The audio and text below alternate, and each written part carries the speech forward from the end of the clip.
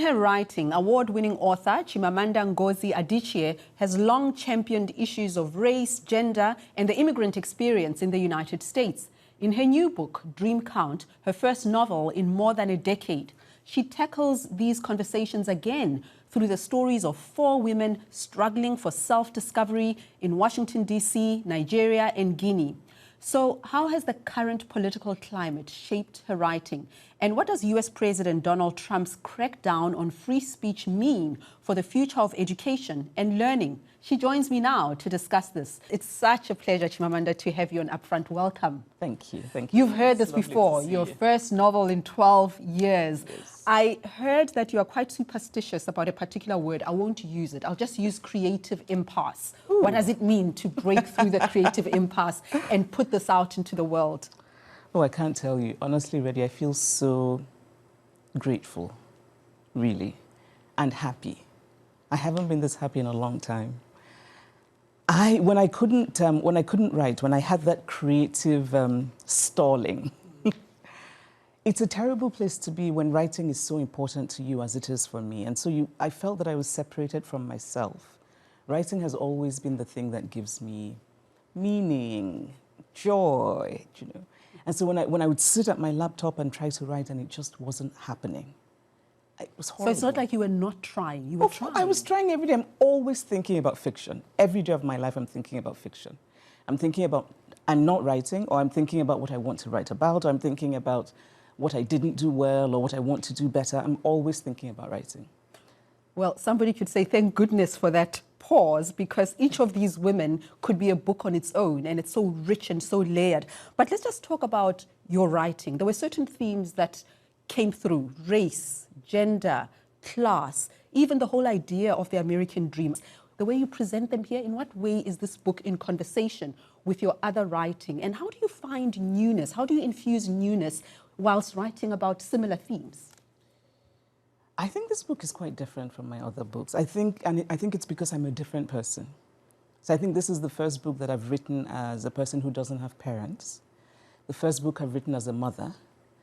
And I think both have really changed me in very deep ways. And particularly, I think, losing my parents. I think I write differently.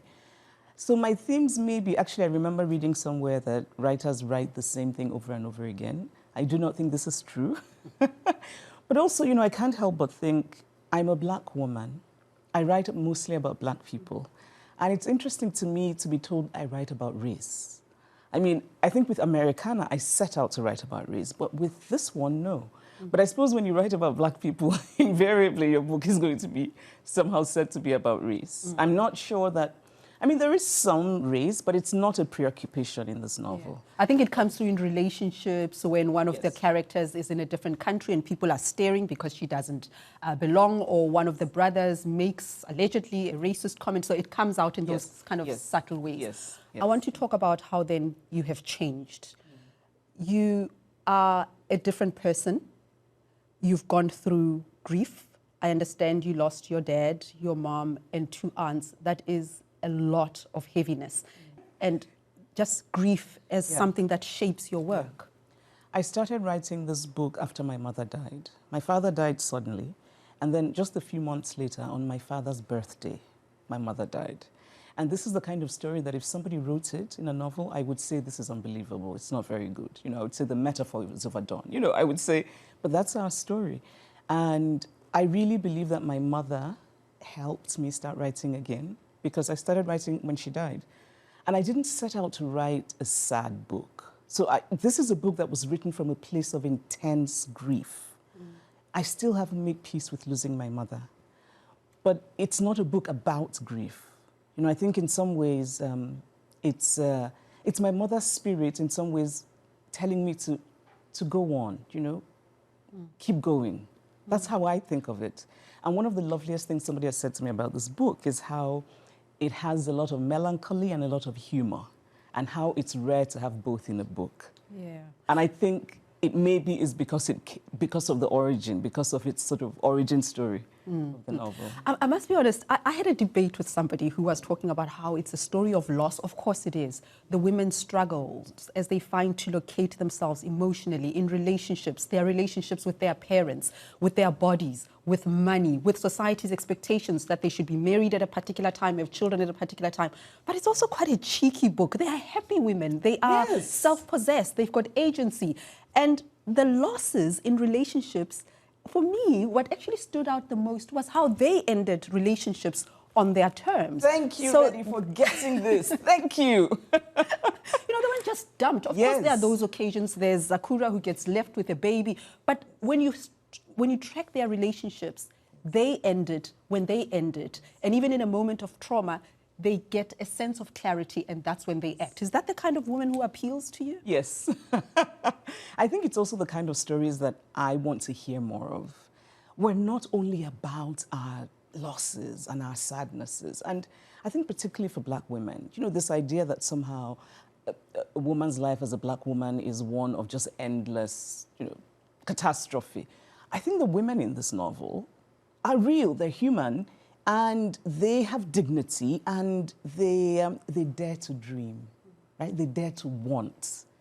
And so it's not at all for me about loss. I mean, things happen in life. We go through relationships that are terrible, all of those things. But, and even Zikora, who we shouldn't give too much away, I think even the way that she comes to a kind of self-realization and the way that her relationship with her mother becomes stronger, I don't think it's about, it is cheeky. Yeah. But talking about self-realization, so one of the characters, Chia, starts by saying, I have always wanted to be known, truly known by another human being.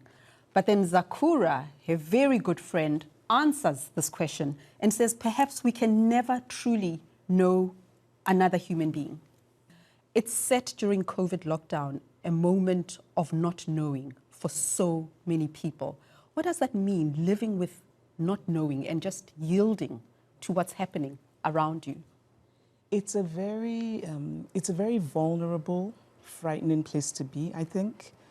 COVID for me was even, in some ways, more intense because my father died during lockdown, and so it was this very surreal thing of mourning while the world was also mourning and while the world had paused in a strange kind of way. But I think I'm interested in that idea of how much we can know ourselves, how much we can know other people, and what is love. So I've been thinking that to love someone is to attempt to know them. But can we ever really know someone else? Maybe not, but we keep trying. I mean, I really love the idea, because I'm kind of a hopeless romantic. I can see. I love the idea of being known by somebody, where you're so connected that a person can predict you in just the deepest way. I find that very moving.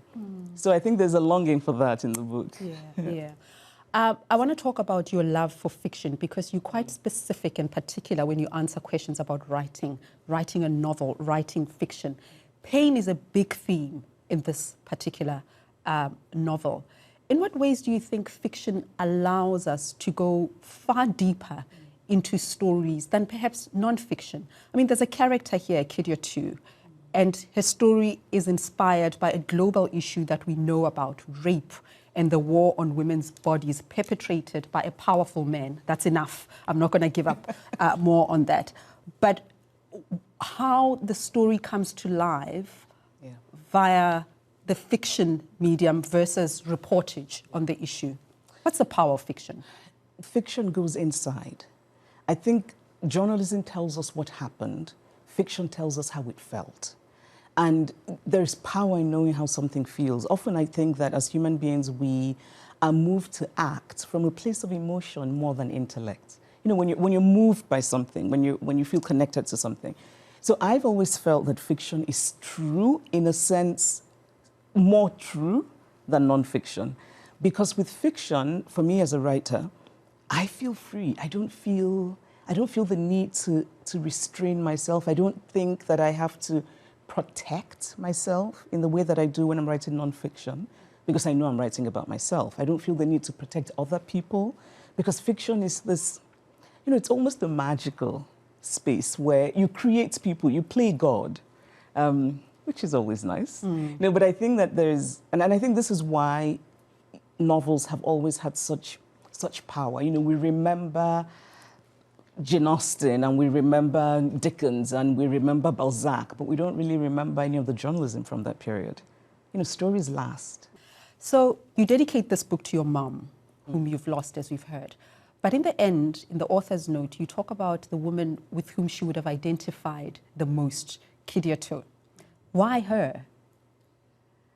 I'm not sure whether I was projecting, because in some ways, Kadiatou is the character that is most precious to me.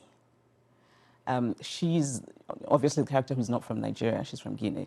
She's also the character who's not privileged by class, like the other characters. And of course, she's based, well, inspired by a real person. I think I feel something protective about that character. And I think that my mother would have understood her. Maybe perhaps not identified with her the most, but understood her. And also, I think, seen her. Again, in that way, when you see people as human and as deserving of dignity, you know, I think my mother would have seen her.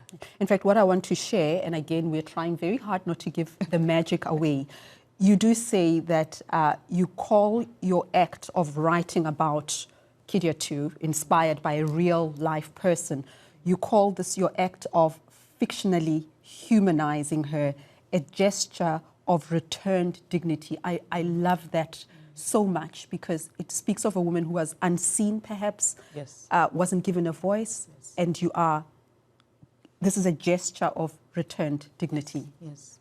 We live in a world where women are still very often unseen in many ways, but in this particular case, a woman has accused a powerful man of sexual assault, and her case is dropped. And why is her case dropped? Because she lied about something entirely different from the assault. So in other words, we're saying to women, if you accuse a man of sexual assault and you hope to get any form of justice, then you better be perfect. And nobody's perfect. So we're really saying there's something very dehumanizing about it, I think. And it's so important, I think, for me to insist that we see women in their fullness. So hopefully somebody reads this book, and the next time they read a new story about a woman who is in a similar position, that they remember she's human, she has a life, she has dreams, she thinks, she's deserving of dignity, she's a person. And had that quiet wisdom that I think the others lacked. But okay, yes. In the book you deal with race, gender, all of that. It's set in Washington, D.C., where you and I are. It's a very fraught political moment in the US, especially if you are an immigrant, especially if you are a brown person. I just want to go back to 2020 during lockdown. There are certain big political seminal moments that happened. Me Too, Black Lives Matter. And yet I feel like you don't engage directly with them in your plot. Was that deliberate? No, it wasn't deliberate in the sense that I said I will not engage. But I think fiction, for me, it's about the story. I'm following the characters. I am, again, in this magical place. And I really think that if fiction is to engage with politics, it cannot be direct. It has to be oblique. If we start out writing fiction by saying, I shall now write about the big political issues, I think you run the risk of creating propaganda. You run the risk of creating the same thing that you're trying to resist, I think. And so I actually didn't think about those big movements. But in general, I don't really think in that way, especially with fiction.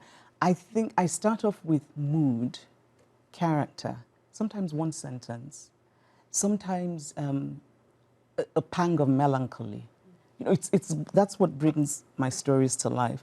But I also think that without engaging with them directly, you know, if I'm writing about Black people, invariably Black people in America, invariably, you find yourself in some ways dealing with these larger subjects, because that is the reality of people's lives. And yet, even if you don't engage with them directly, I feel as if the book is a prelude to some of the stuff that we are seeing now. I just want to go back to something you said before, that honestly, just thinking about what is happening in this country, it feels as though America is no longer America. This is just a few weeks ago when you said this. Yet in 2016, you also said the election of Donald Trump has flattened the poetry in America's founding philosophy.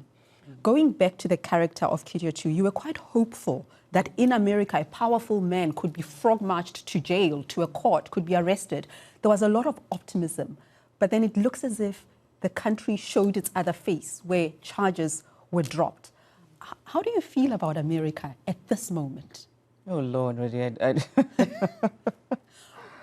We laugh because we don't want to cry? Yes, yes. And it's laughter that comes from a place that is not funny. Right? What do I think now?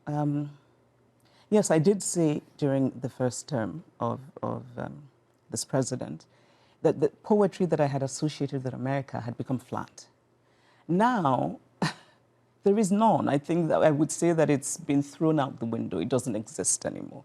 And when I say America doesn't feel like America anymore, it's not to say that I don't know that America has always had many problems, right? But it's to say that there was still something about it that was aspirational and I think admirable. And I think maybe it was the rule of law. I always felt that this was a country where, you know, people would generally follow the rule of law, especially people in positions of power and leadership. That's not happening anymore. And it is, I think there's a sense of disbelief, but also of, I mean, he did say he would do most of what he's doing. So there's also a sense of, well, this is what people voted for, right? This is what people voted for. We are in Washington, D.C., Black women from Africa. There's a way in which the America of today is kind of subverting the stereotype as Africa being a place of failed politics. Not that one is celebrating that is happening here. But you come from Nigeria, I come from South Africa. Watching what's happening here in the United States, I wonder whether we have something, Africa has something to teach America, first about free and fair elections, but also about the mental, emotional, psychological toll of having to rebuild what you are breaking and bringing your Nigerian experience into the space. What are your thoughts around that rebuild, what it will take to rebuild a country? Well, I think there's such different places, though. I mean, and you have to remember that we're young countries in Africa, really young countries. And we're countries that did not start out with any kind of democratic foundation. America prides itself on being this, you know, beacon of freedom. We ran away from a monarchy. We resisted the tyranny of a king. Nigeria actually, if anything, and South Africa, and really all of the countries in Africa, started with dictatorships because colonialism was a dictatorship. And so I think that considering how far we've come, we've kind of done okay. I think this is a very subtle way, and I'll put it very crudely, which is to say, the countries in Africa have a reason. America doesn't. And so it's going to be very different to think about this rebuilding. And also, you know, it's a kind of unnecessary recklessness in destroying what's going on now. You know, that you fire people, there's no thought that goes into it, then you walk things back, and then you deliberately bring in incompetent people. It's, you know, it's kind of like this sort of gleeful confederacy of dunces. But in the case of many African countries, often I don't think that, I mean, there is incompetence, but it's almost, it's not willful incompetence. In some ways, it's that the people in power, I guess, don't know any better, right? We have very brilliant people all over Africa, but they do not get into the positions of government. The people who do have no reason being there. I think we all know that. But in the end, they bring the people they know, who themselves are just sort of a bunch of incompetents. But what's happening in this country, and the reason that I think it is so stunning, is that it just feels very unnecessary. It feels like a little toddler breaking things for the sake of breaking things. And people's lives are at stake. And I think that's, for me, what is very troubling. I mean, I read something where someone said the cruelty is the point. And that's just... Yeah. This is now a country that is reducing funding for research, that's banning books, that is revoking the visas of students who are standing up and speaking up against Israel's war on Gaza. In fact, Rumiso Ozturk, a graduate student at Tufts University, had her student visa revoked. The list just goes on and she was on kidnapped. and on. Yeah. I mean, to me, that was a kidnapping. That was yeah. Yes. And she's not the only one. So now, not as an observer, but as somebody whose work is about speaking, is about teaching, is about unsettling, unsettling us. How do you feel from that point of view? I feel that we cannot give up. I think that the people who believe that the pen matters have to continue believing this. I think one of the things that happens with an authoritarian government is that it's the psychology that's the most important thing, when they have somehow managed to convince you to obey in advance. So you see the things that are happening and then you think, well, I better not say anything because maybe armed men who are masked will come carry me off. And we cannot, I think that it's really, we cannot afford to think that way. And there are ways to continue to speak out. I think it is so important not to give in to despair. I think it's so important to remember the things that matter. So sometimes for me, it means telling myself, there's craziness going on, but I still believe in justice. I still believe in the freedom of expression. I still believe in the freedom of the imagination. I still believe in the rule of law. And I will continue to believe it. And I will continue to say what I think. I mean, I think it's important to speak. We have to speak. Because this obedience has a particular outcome, right? When it's universities that acquiesce to political power and censorship, it is disturbing. And they're acquiescing a bit too often and a bit too quickly, in my opinion. I think that there are people who could afford to push back a bit more, and they're not. And that is what dictatorships do. And I don't know, I think I'm kind of disappointed. I think I just thought, maybe it's from all the Hollywood films, where the good guys win. I really thought people would be more resistant, less willing to obey in advance. There's too much of that already. Let's just talk about Palestine, because I think central to all of what we're seeing here is the question of Palestine. You mention it in the book. It's a conversation between Chia and her boyfriend, Luke, and she wants to get a visa to go to Ramallah, and he's discouraging her, saying, it's too sad.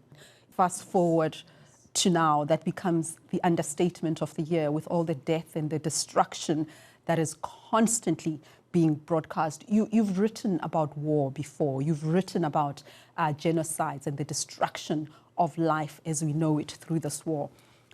What are your thoughts here? How is it impacting you as a writer, as a thinker? And as a human. As a human. I have to say, and in some ways, it's at some point I would wake up and go read and see what was going on. At some point, it became almost unbearable for me. I felt that I could not stand to see one more picture of a child in Gaza. And I can't even believe I'm getting emotional. And I read about writers who had died. I know people who have died. And I'm just, it's mass murder. I think I cannot believe that we are living in a world and there are governments who are supposed to believe in human dignity and nobody is doing anything about mass murder happening in Gaza, because that is what is happening. I think the idea of collective punishment is dehumanizing. You cannot hold a whole group of people responsible for the actions of certain members of their community. It is, and I think, I think about this a lot, and I think in the end it is that some people have decided to look at Palestinians as somehow not fully human.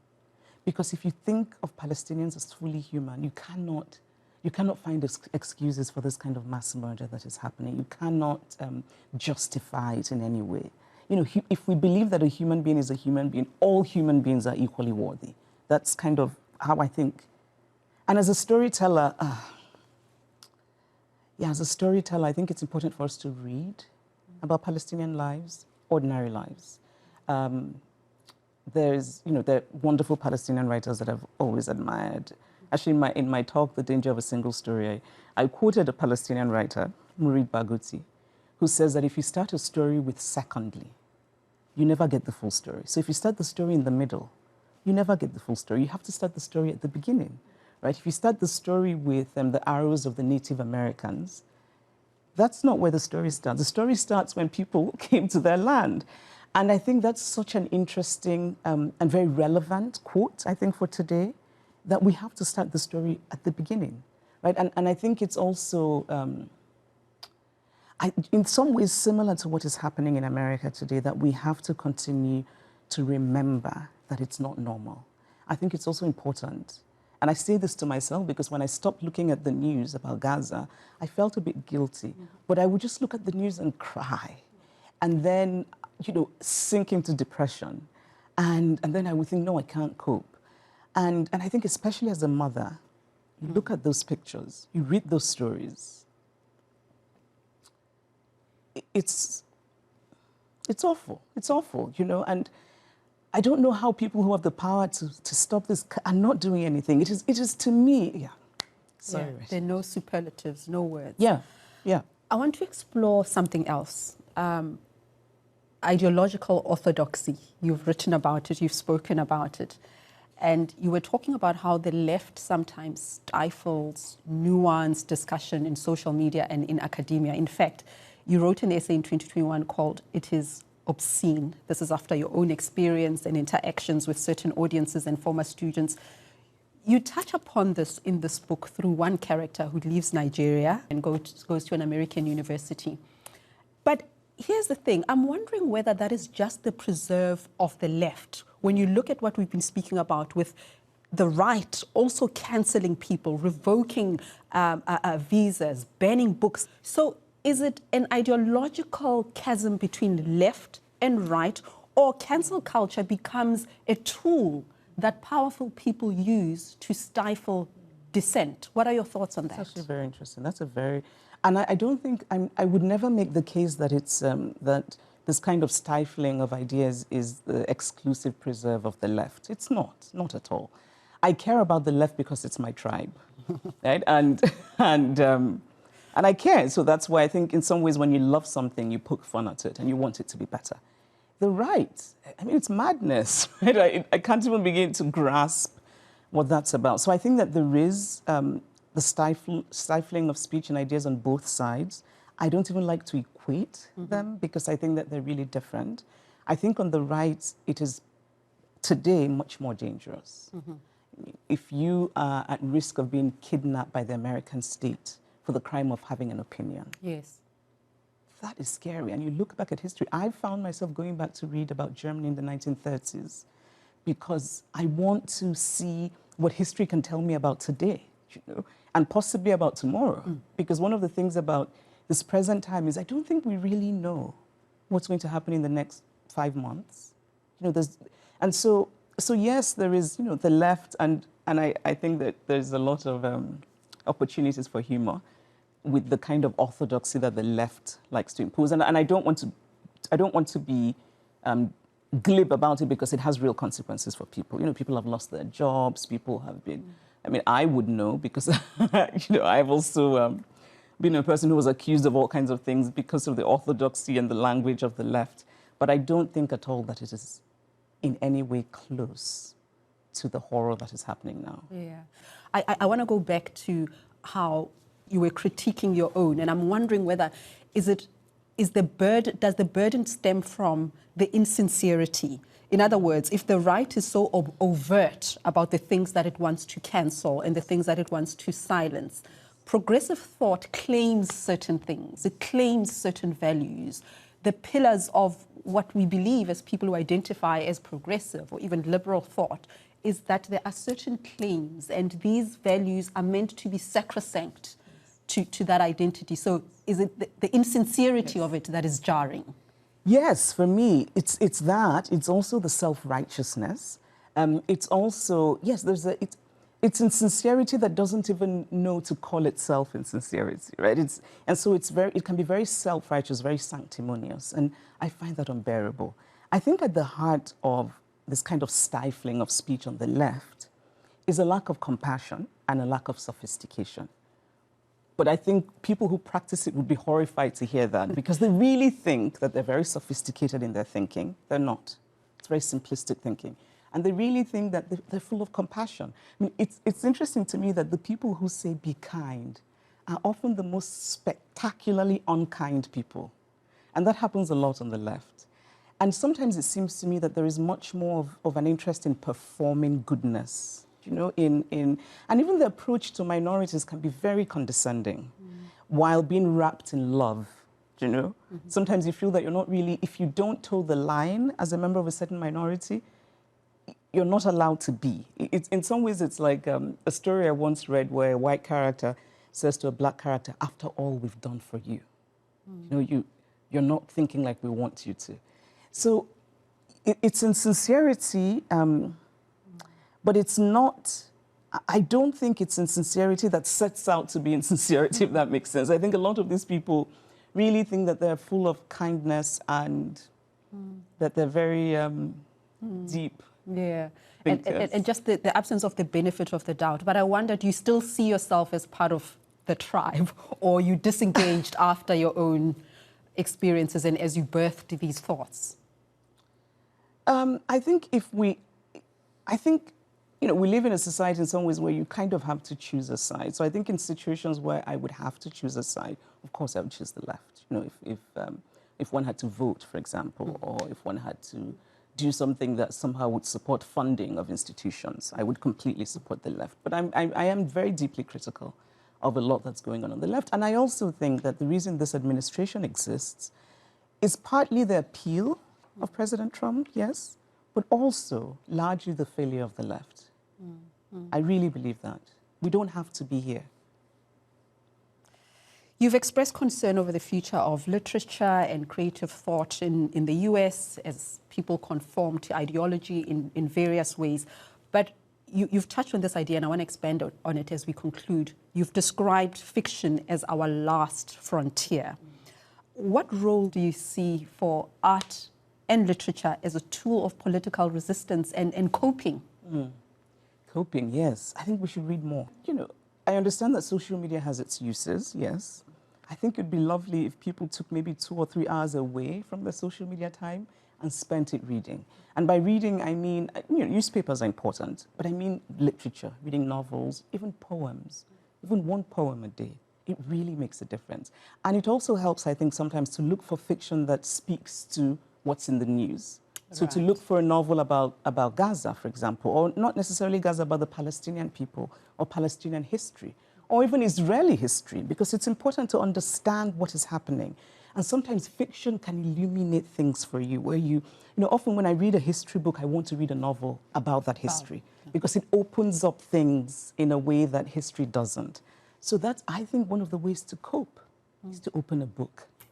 Well, congratulations on Dream Count. And I think even the title is so mischievous. Congratulations. Thank you. Thank you so much. Folks, that's our show. UpFront will be back next week. Thanks for watching. Bye-bye.